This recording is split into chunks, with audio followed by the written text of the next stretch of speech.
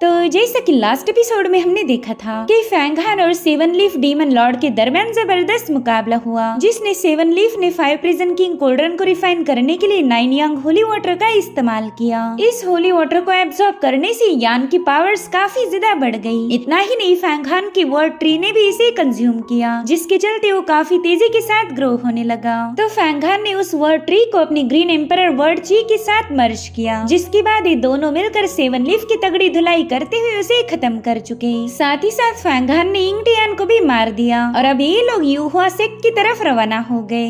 अब आगे तो इस एपिसोड की शुरुआत में हम एक कल्टीवेटर को देख पाते जो कि वर्ल्ड रेल्म में पहुंच चुका था और तभी उसकी नजर पड़ी फायर प्रिजन किंग कोल्ड्रन पर। दरअसल ये बंदा टाई सेक्ट का मास्टर फुशाओ था, क्योंकि ये भी इस आर्टिफैक्ट को हासिल करना चाहता है। फुशाओ ने वहाँ मौजूद डीमंस को मारते हुए कोल्ड्रन पर भी हमला कर दिया। तो फैंग हान फटाफट से उस कोल्ड्रन के बाहर आ जाता है। उसने नोटिस किया कि ये बंदा तो राइचस पाथ का फॉलोवर है। तो फैंग हान ने भी उसे अपना नाम बताकर ये क्लियर कर दिया कि वो यूहुआ सेक्ट का डिसाइपल है। जो सुनकर फुशिओ पूछने लगा कि बताओ तुम एक राइचस पाथ के फॉलोअर होकर भी डिमोनिक आर्टिफैक्ट का यूज क्यों कर रहे हो। जिस पर फैंग हान जवाब देते हुए कहने लगा कि एक डीमन ने मुझ पर अटैक किया था, तो खुद को डिफेंड करते वक्त मैंने उसे मार दिया, साथ ही साथ उसकी स्क्वाड्रन पर भी कब्जा कर लिया। तो फुशिओ कहता है कि तुम्हारे यूहुआ सेक्ट का एक्टिंग से एक लीडर हुआ तियांडो सेक्ट के रूल्स को बदलने लगा है। उसने डिसाइपल्स को डिमोनिक आर्टिफैक्ट यूज करने से सख्त मना किया, तो क्या तुम अपनी इस एक लीडर के बनाए रूल्स को ब्रेक करना चाहते हो। जिस पर फैंग हान कहने लगा कि हुआ तियांडो जितने चाहे उतने रूल्स बना सकता है, लेकिन उन रूल्स को इफेक्टिव बनाने के लिए उसे पहला सेक्ट लीडर बनने तक का इंतजार करना होगा। शायद आपको एक्टिंग इस वर्ड का मतलब समझ नहीं आ रहा। हुआ तियांडो अभी तक हमारा सुप्रीम सेक्ट मास्टर नहीं बना, वो तो बस सेक्ट मास्टर के बिहाफ में यूहा माउंटेन को गाइड करता है। और मास्टर फुशाओ, आप तो टाई सेक्ट के एल्डर हो, तो आपको मुझसे सवाल जवाब पूछने का अधिकार किसने दिया। मेरे ख्याल से अब हमने अपने अपने रास्ते निकलना चाहिए। मैं यहाँ रुक कर अपना कीमती वक्त जाया नहीं करना चाहता। और उतने में फुशाओ उसे बताता है कि टाई सेक्ट ने डीमन प्रिंस टियानचिंग के खिलाफ heavenly Dao execution order release किया, जिसके तहत सभी राइचस सेक्ट के डिसाइपल को उसे फॉलो करना पड़ेगा। और तुम भी राइचस सेक्ट के डिसाइपल हो, तो ये तुम्हारा फर्ज बनता है कि तुम उस टियानचिंग को खत्म करने में मेरी मदद करो। यहाँ पर फुशाओ ने अपनी पावर्स को चुपके से एक्टिवेट कर लिया। वो तो बस इंतजार में था कि कब फैंग हान उसे ना बोल दे और फिर फुशाओ उस पर अटैक करने के लिए रेडी था। मगर फैंग हान ने तो उसे सरप्राइज कर दिया। वो कह रहा था कि डीमंस को मारना तो मेरा फर्ज है, भला मैं इस नेक काम के लिए मना कैसे कर सकता हूँ। तो फुशाओ भी उसे अपने पीछे आने का हुक्म देता है, इसलिए फैंग हान भी उसे फॉलो करने लगा। यहाँ पर लोंगशान फैंग हान को समझा रही थी कि टियानचिंग को मारना एक बहुत बड़ा मसला है, हम इसमें बिल्कुल भी इन्वॉल्व नहीं हो सकते। और वैसे भी टाई से एक दूसरों पर हमेशा डोमिनेंस साबित करता आ रहा, तो जरूर से तुम्हारा यूज करके टियानचिंग को मारना चाहेगा। साथ ही सीनियर किंग शुई और डीमन प्रिंस टियानचिंग के दरमियान काफी डीप इमोशनल बॉन्डिंग है, तो हम टियानचिंग को मार नहीं सकते। जिस पर फैंग हान कह रहा था कि तुम बिल्कुल फिक्र मत करो, टियानचिंग को खत्म करना आसान नहीं, वहाँ पर काफी सारा क्योस मचेगा, तो मैं उसी के अकॉर्डिंग एक्शन लूंगा। इस फुशाओ को लग रहा है कि ये मुझे फंसा सकता, लेकिन फंसेगा तो ये बंदा। तभी शाओलिंग लोंगशान से कहने लगी कि ये फैंग हान काफी ज्यादा चालाक है, ये इतने आसानी से किसी के जाल में नहीं फंसने वाला। तुम बस देखती जाओ कि फैंग हान कैसे टाई सेक्ट को सबक सिखाएगा। जिसके बाद फैंग हान यान से पूछता है कि बताओ उस ब्लड फायर सोर्ड को रिफाइन करने में कितना और वक्त लगेगा। जिस पर यान बताता है कि मैंने येलो स्प्रिंग वाटर का इस्तेमाल करके इस ब्लेड की डिमोनिक एनर्जी को रिफाइन किया, मगर ये अब उस लेवल तक पहुंच गई है जहाँ पर तुम इसका इस्तेमाल कर पाओगे। लेकिन जहाँ तक मुझे लगता है कि ये ब्लड सोर्ड तुम्हारी बात इतनी आसानी से नहीं मानने वाली। अगर तुम्हारी विल पावर स्ट्रॉन्ग रही तो ही तुम इसे कंट्रोल कर पाओगे। यहाँ पर ब्लड सोर्ड फैंग हान के हाथ नहीं आना चाहती थी, मगर फैंग हान ने उसे होल्ड किया और उसके ऐसा करते साथ ही वो ब्लड सोर्ड उसे कुछ विजन्स दिखाना शुरू कर देती है। यहाँ पर उस सोर्ड के फर्स्ट मास्टर ने जिस वे में इस सोर्ड का यूज किया था, फैंग हान भी उसी तरीके से मूव्स को रिलीज करने लगा। वहाँ पर न जाने कितने ही सारे दुश्मन फैंग हान को मारना चाहते थे, मगर फैंग हान ने अपनी डिमोनिक ऑरा रिलीज करते हुए उनका सफाया कर दिया। भले बैटल चल रही थी उसके माइंड स्पेस में, मगर उसकी डिमोनिक ऑरा को फुशाओ ने भी महसूस कर लिया। हालांकि फैंग हान वर्ड ट्री का यूज करके उस एविल एनर्जी को एकदम सही टाइम पर कंसील कर देता है। साथ ही साथ उसने ब्लड सोर्ड को भी काबू कर लिया। वहीं पर फू शाओ दिल ही दिल में कहने लगा कि ये बंदा डिमोनिक मेथड का यूज करता है, तो क्यों ना मैं इसी का यूज करके टियानचिंग को खत्म कर दूं। एक बार वो मारा जाए उसके बाद फैंगहान का भी नंबर लगेगा। फैंगहान को रास्ते से हटा दिया, फिर तो ये 5 प्रिजन किंग कोल्ड्रन हमारे टाई सेक्ट के कब्जे में आएगी। जिसके बाद वो फैंगहान को बताता है कि हमें टाइयुआन इमॉर्टल मैंशन पहुंचना होगा। मुझे खबर मिली है कि टियानचिंग उसी तरफ भागा था। फैंगहान को तो इस मैंशन के बारे में कोई आइडिया नहीं थी, तो शाओलिंग उसे बताने लगी कि एक एंशिएंट मास्टर टाइयुआन ने इस वॉइड रेल्म को क्रिएट किया था, जिसके बाद वो इमॉर्टलिटी को हासिल करने के लिए यहाँ से असेंड हो गए। ऐसा कहा जाता कि इस मैंशन में ढेर सारे फॉर्मेशंस और रेस्ट्रिक्शंस मौजूद हैं, जिन्हें आसानी से ब्रेक किया नहीं जा सकता। इनफैक्ट लॉन्जेविटी रेल्म के एक्सपर्ट भी इन्फॉर्मेशन से डरते आ रहे। तभी लोंगशान बताने लगी कि पहले उस मैंशन में ढेर सारे ट्रेजर्स हुआ करते थे, इसलिए कुछ पावरफुल लोगों ने उन ट्रेजर्स को चुराने की जरूरत दिखाई, लेकिन उसमें से कई सारे लोग उस इमॉर्टल मैंशन में मारे गए। इसलिए वो जगह इतनी ज्यादा खतरनाक मानी जाती कि कोई भी वहाँ पर पाँव नहीं रखता। और उतने में इनके सामने एक पोर्टल ओपन हो गया, जिसमें एंटर करते साथ ही ये लोग टाइयुआन इमॉर्टल रेल्म में पहुंच चुके थे। फैंगहान तो इस मैंशन को देखकर ही काफी ज्यादा इम्प्रेस हो गया, और उतने में ही उसकी नजर पड़ी एक फॉर्मेशन पर, जिसमें डीमन प्रिंस टियानचिंग को इन सो कॉल्ड राइचियस पाथ के फॉलोअर्स ने कैद किया था। तब तक वहाँ पर फू शाओ का एक और दोस्त पहुँच जाता है। वो फू शाओ से पूछ रहा था कि भाई तुम ये किसे अपने साथ लेकर आए, तो फू शाओ से बताने लगा कि ये बंदा युवा सेक्ट का डिसाइपल फैंगहान है। इसके पास 5 प्रिजन किंग कोल्ड्रन थी, तो मैंने सोचा क्यों ना उस डीमन को मारने के लिए फैंगहान को भी हमारे साथ शामिल किया जाए। जिस पर वो बंदा कहने लगा कि फैंगहान दरअसल तुम्हारी ये कोल्ड्रन एक हेवनली डीमन का आर्टिफैक्ट था, जिसे हमारे सेक्ट लीडर ने घायल किया, और उनके मुकाबले के दौरान ये कोल्ड्रन साउथ सी में लॉस्ट हो गई। मुझे तो लगा ही नहीं था कि हमारे टाई सेक्ट का ये आर्टिफैक्ट तुम्हारे हाथ लग जाएगा। जिस पर फैंगहान जवाब देता है कि हेवनली आर्टिफैक्ट्स उनके ही हाथ लगते हैं जो कि इनके लायक हो, और वैसे भी आपके टाई सेक्ट का अब इस पर कोई अधिकार नहीं। मैं युवा सेक्ट का डिसाइपल हूँ, तो मैंने ऑलरेडी हमारे सेक्ट लीडर को इस कोल्ड्रन का सारा मैटर एक पैगाम के जरिए बता दिया। तो मेरे यहाँ से वापस जाते साथ ही हमारे सेक्ट लीडर अपनी इमॉर्टल आर्ट्स का यूज करके इस कोल्ड्रन को रिफाइन करेंगे, जिससे एक डाओ आर्टिफैक्ट में बदलने वाली है, और फिर कुछ ही दिनों बाद एक इमॉर्टल सुप्रीम ट्रेजर में बदल जाएगा। जो सुनकर फू शाओ हंसते हुए कहने लगा कि मेरे दोस्त क्यों ना तुम अपनी इस कोल्ड्रन का यूज करके टियानचिंग को खत्म करने में मदद करो, जिसके लिए फैंगहान भी तुरंत ही राजी हो गया। वो अब सीधे उस फॉर्मेशन की तरफ रवाना हो जाता है। फैंगहान दिल ही दिल में कहने लगा कि टियानचिंग मैं तुम्हें यहाँ से भागने का एक मौका देने वाला हूँ, तुम उसका कितना फायदा उठाओगे ये तो तुम पर ही डिपेंड करेगा। जिसके बाद फैंगहान उस फॉर्मेशन के सामने जाकर टियानचिंग से कहने लगा कि मैं युवा सेक्ट का डिसाइपल तुम्हें मारने आया हूँ, तो जल्दी से अपनी नियति को एक्सेप्ट करो।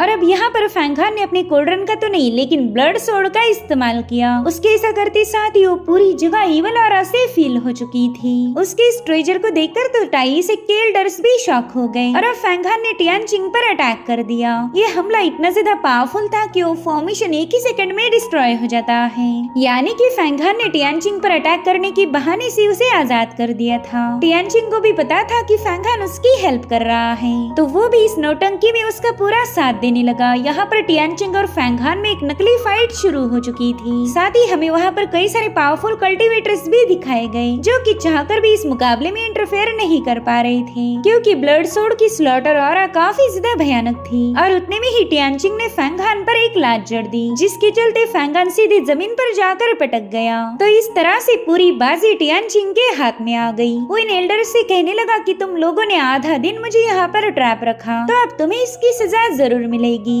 और इतना कहते साथ ही टियानचिंग ने अपनी ग्रेट एनिलेशन टेक्निक को एक्टिवेट कर दिया, जिसे देखते साथ ही सभी लोग वहाँ से भागना शुरू कर देते हैं। मगर टियानचिंग की चपेट में जो भी आया वो ऑन द स्पॉट मारा जाने लगा। इधर फू शाओ फैंगहान के पास पहुँच गया। वो कह रहा था कि तुमने सीक्रेटली टियानचिंग की मदद की है, तुम तो वाकई डीमंस के जासूस निकले। और इतना कहते साथ ही फू शाओ ने अपनी सोर्ड का यूज करके फैंगहान पर अटैक कर दिया, जिसे फैंगहान बड़ी आसानी से काउंटर करके पीछे की तरफ पुश हो गया। वो गुस्से में फू शाओ से कहता है कि मैं युवा सेक्ट का ट्रू डिसाइपल हूँ, तो तुमने मुझ पर अटैक करने की जरूरत कैसे दिखाई। लेकिन फू शाओ कहाँ ही रुकने वाला था, वो तो फैंगहान पर लगातार अटैक करना शुरू कर देता है, जिसे फैंगहान सिर्फ और सिर्फ डॉज किए जा रहा था। वेल इन दोनों की फाइट को बाकी के कल्टीवेटर्स ने भी देख लिया। वो कहने लगे कि ये बंदा तो युवा सेक्ट का डिसाइपल है, अगर ये मारा गया तो ताई सेक्ट और युवा सेक्ट में जंग छिड़ जाएगी। वहीं पर फैंग हान बड़ी ही तेजी के साथ फूशाओ के अटैक को डॉज करते हुए आगे बढ़ने लगा,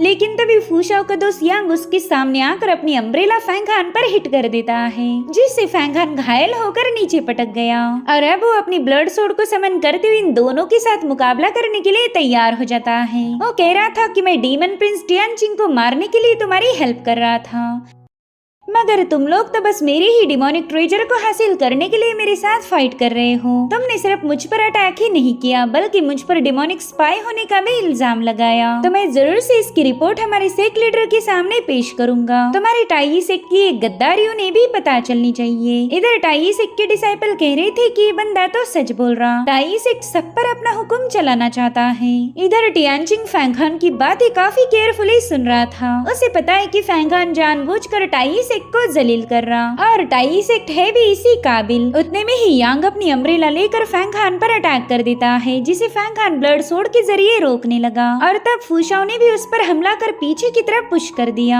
यहाँ पर फैंग हान और फूशाओ के दरमियान एक जोरदार बैटल शुरू हो चुकी थी, जिसमें दोनों भी एक दूसरे पर मुसलसल अटैक करने लगे। मीनवाइल यांग भी उस पर स्नेक अटैक किए जा रहा था, जो देखते साथ ही फैंग हान ने सीधे उस बंदे पर छलांग लगा दी। वो लगातार अपनी ब्लड सोर्ड स्ट्राइक्स उस पे हिट करने लगा, जिससे वो बंदा अपनी अम्ब्रेला की मदद से काउंटर करता है और अब वो अपनी अम्ब्रेला को स्पिन करते हुए फैंग हान का गला स्लिट करने की कोशिश करने लगा, लेकिन फैंग हान ने भी उतने ही कूल अंदाज में अपनी ब्लड सोर्ड से उसे काउंटर कर लिया। यहाँ पर फैंग हान उस पर पूरी तरह से भारी पड़ते हुए यांग को एक माउंटेन पर पटक देता है, मगर वो बंदा उतनी स्पीड से दोबारा से वापिस आ गया। फैंग हान कह रहा था कि तुम्हारा टाई सेक्ट तो बस नाम के लिए राइचस पाथ का फॉलोअर है, तुम्हारी हरकतें तो किसी डीमन से भी ज्यादा घटिया होंगी। मेरे ख्याल से ताई सेक्ट ही डिमोनिक पाथ का कट्टर फॉलोअर होगा। वहीं दूसरी तरफ शियानी नाम का बंदा टियानचिंग के साथ भिड़ चुका था। वो अपने साथियों से कहने लगा कि इस डीमन से मैं निपट लूंगा, तब तक तुम जाकर उस फैंग हान का काम तमाम कर दो। वो बंदा बेवजह ही हमारे ताई सेक्ट को बदनाम कर रहा है। तो शियानी के कहने पर वो सभी लोग फैंग हान के पास पहुँच गए। फूशाओ सबको बताने लगा कि ये बंदा डिमोनिक पाथ को फॉलो करता है। इसके बॉडी से मुझे बहुत ही भयानक ईवल ऑरा महसूस हुई थी। मेरे ख्याल से इसने कई सालों पहले ही हमारे राइचस पाथ को फॉलो करना छोड़ दिया।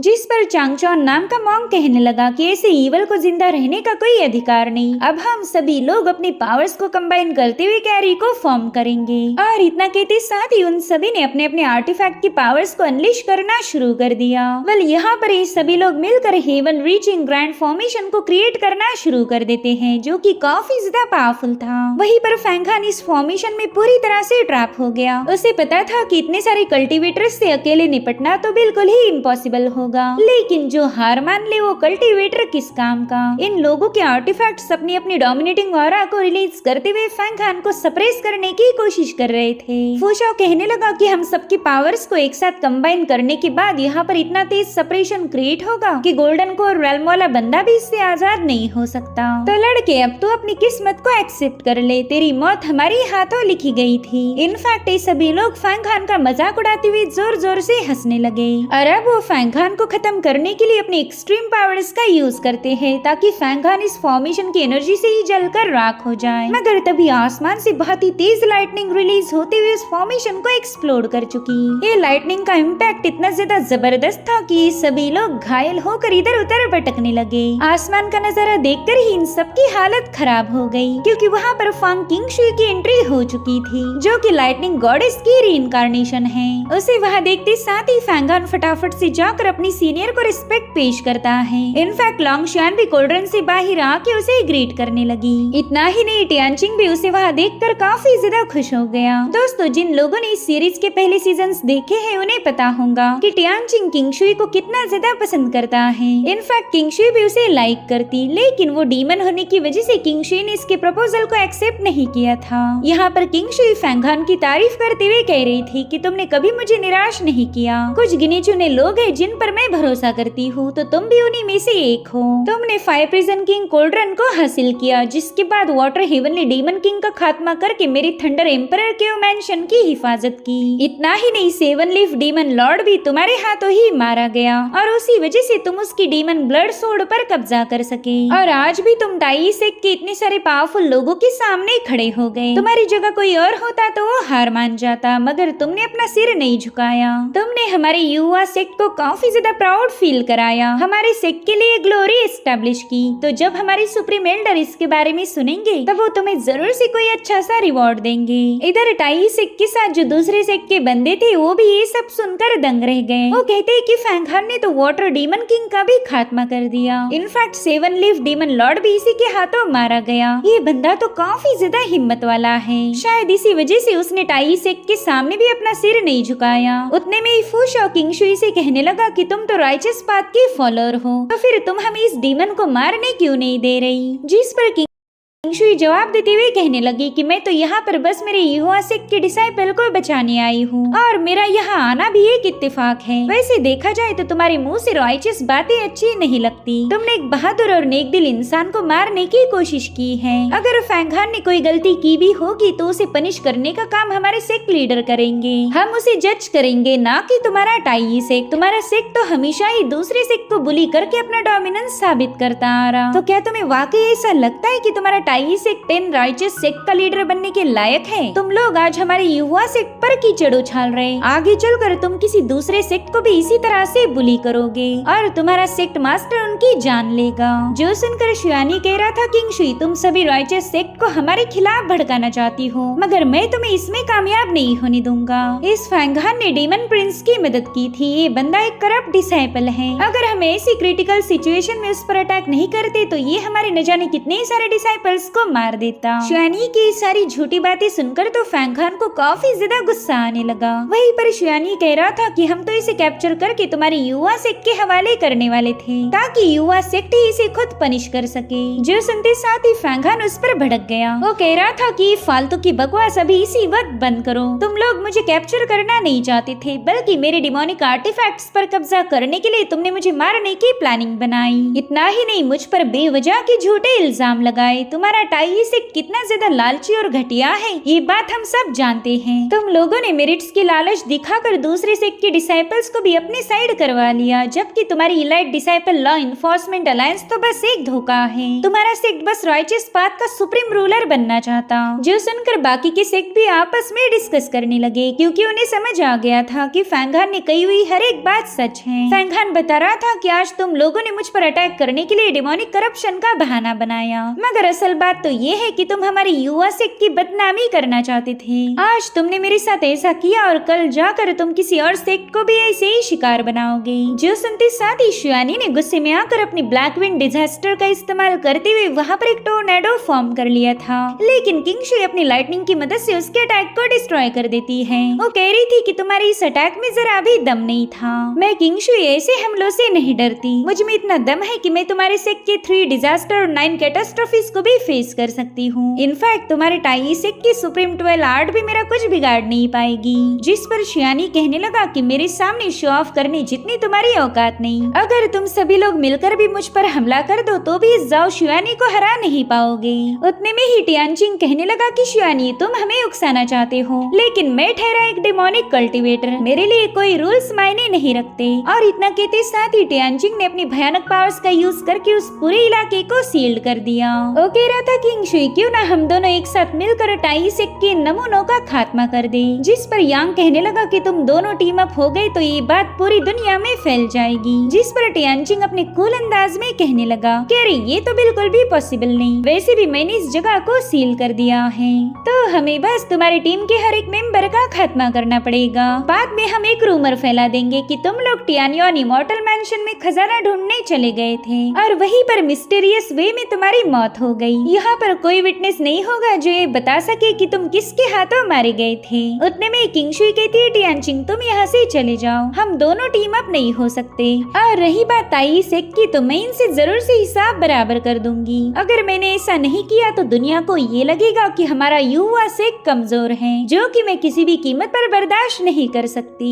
तो टियानचिंग कहता है ठीक है फिर मैं यहाँ से निकलता हूँ, मगर उतने में उस डिमोनिक सील को ब्रेक करते हुए टाई सेक्ट का सॉन्ग वही वहाँ पर पहुँच जाता है और टियानचिंग से कह रहा था कि मेरे होते हुए तुम तो यहाँ से भाग नहीं सकते। साथ ही साथ वो किंग शी से कहने लगा कि अच्छा हुआ तुमने डीमन प्रिंस के साथ अलायंस फॉर्म नहीं की, इसलिए हमारा टाई सेक्ट भी तुम्हारे युवा सेक्ट का दुश्मन नहीं बनेगा। रही बात फैंगहान की, तो इसका मैटर सेटल करने के लिए युवा सेक्ट का एक बंदा यहाँ पर आ चुका है। उसका फैसला ही फाइनल डिसीजन होगा। और अब वहाँ पर बर्फ का तूफान आ गया। साथ ही साथ एक टोर्नेडो के साथ हुआ तियांडो की वहाँ पर एंट्री हो चुकी थी, जो कि फैंगहान का दुश्मन है। ये बंदा फैंगहान को मारने की कई दफे कोशिश कर चुका था, लेकिन आज ये क्या करेगा ये हमें अगले एपिसोड में पता चलेगा। Thank you so much for watching. Bye bye, take care.